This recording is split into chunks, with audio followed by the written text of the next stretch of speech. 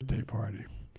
And the difference is, a lot of you in my generation, on December 7th, that we celebrated the bravery of all those who showed up. On the Finnegan side of the family, 4 brothers, every single one volunteered the very next day on Monday to join. My uncle, Frank Biden, joined. My father was working in the shipyards. The fact of the matter is that, let's go over the most important stimulus news. A letter from the IRS is coming, and it's telling you if you're eligible to receive, and it's talking about the $1,400 stimulus payments. Many of you are actually waiting for your $1,400 third stimulus check to arrive. Well, it is likely you will have to file taxes in order to receive your missing stimulus relief money. The recovery rebate credit is available to anybody that did not receive their third stimulus check, or if they received less than the correct amount.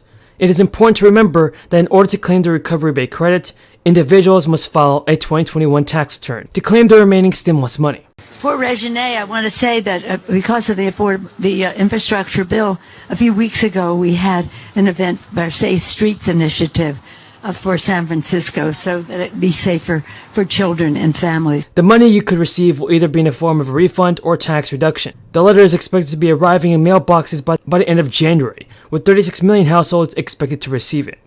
And I know many of you are wondering why it is important to file taxes if you're missing stimulus money.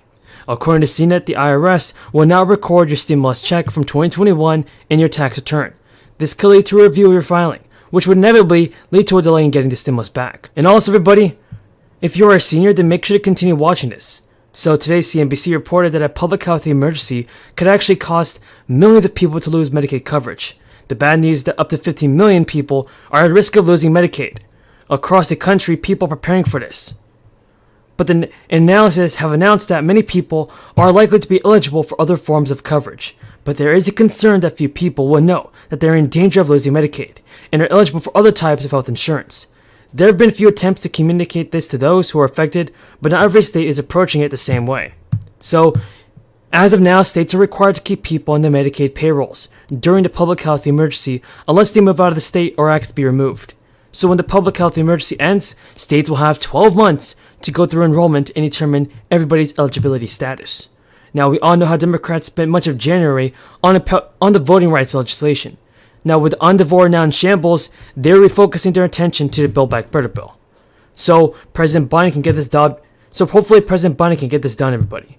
If you think he can, tell me in the comments down below, and I'll do my very best in answering all of your questions.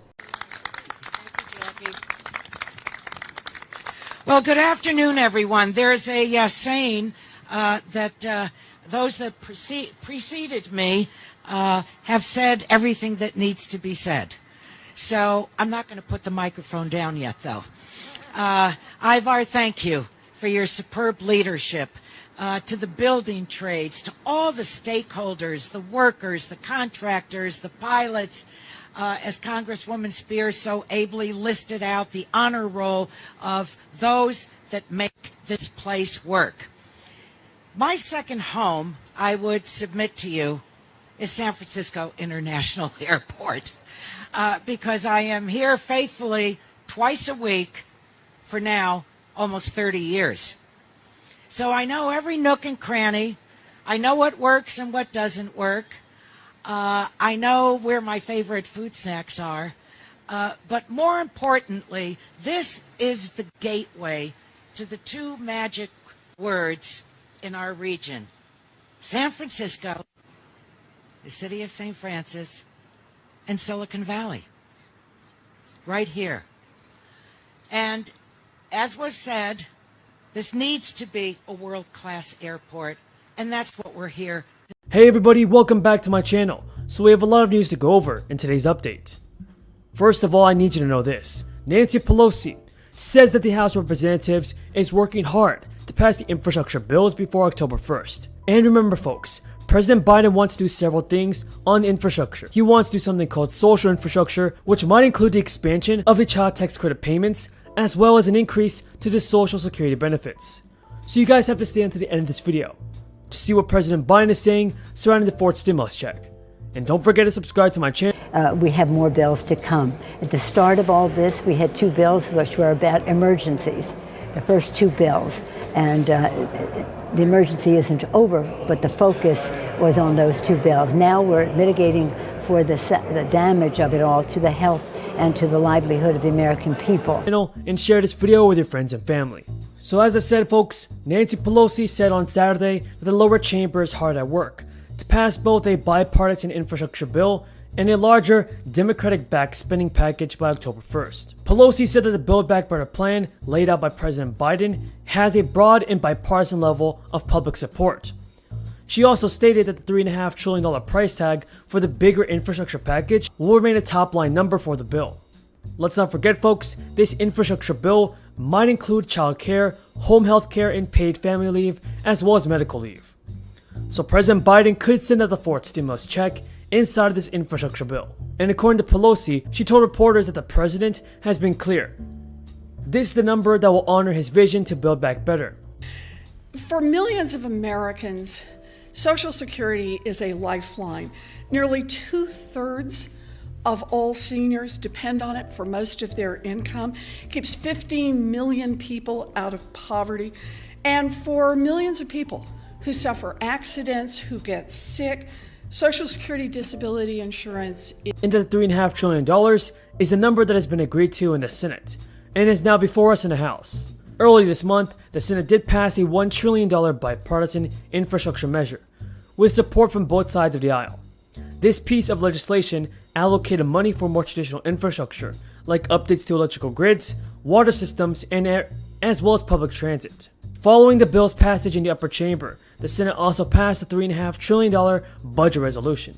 And that's a move that paves the way for Democrats to pass their larger spending package without GOP support, bypassing the legislative filibuster. Now the resolution awaits a decision in the House of Representatives. So folks, once the House of Representatives votes on this infrastructure bill, they then can start working on more stimulus payments and helping out the American people with federal stimulus relief money. So folks, why do you think Congress is taking so long to send out the payments? The stimulus payments, that is. Leave your thoughts in the comments below. Any delay to passing the budget resolution threatens a timetable for delivering historic progress. Important things. Over a year ago, no one could have imagined what we were about to go through. But now, we're coming through it. And it's a shared experience that binds us together as a nation. We are bound together by the loss and the pain of the days that have gone by. And the transformative vision that Democrats share. The House of Representatives is hard at work to enact both the Build Back Better plan and the bipartisan infrastructure bill before October 1st, when the Infrastructure Investment and Jobs Act will go into effect.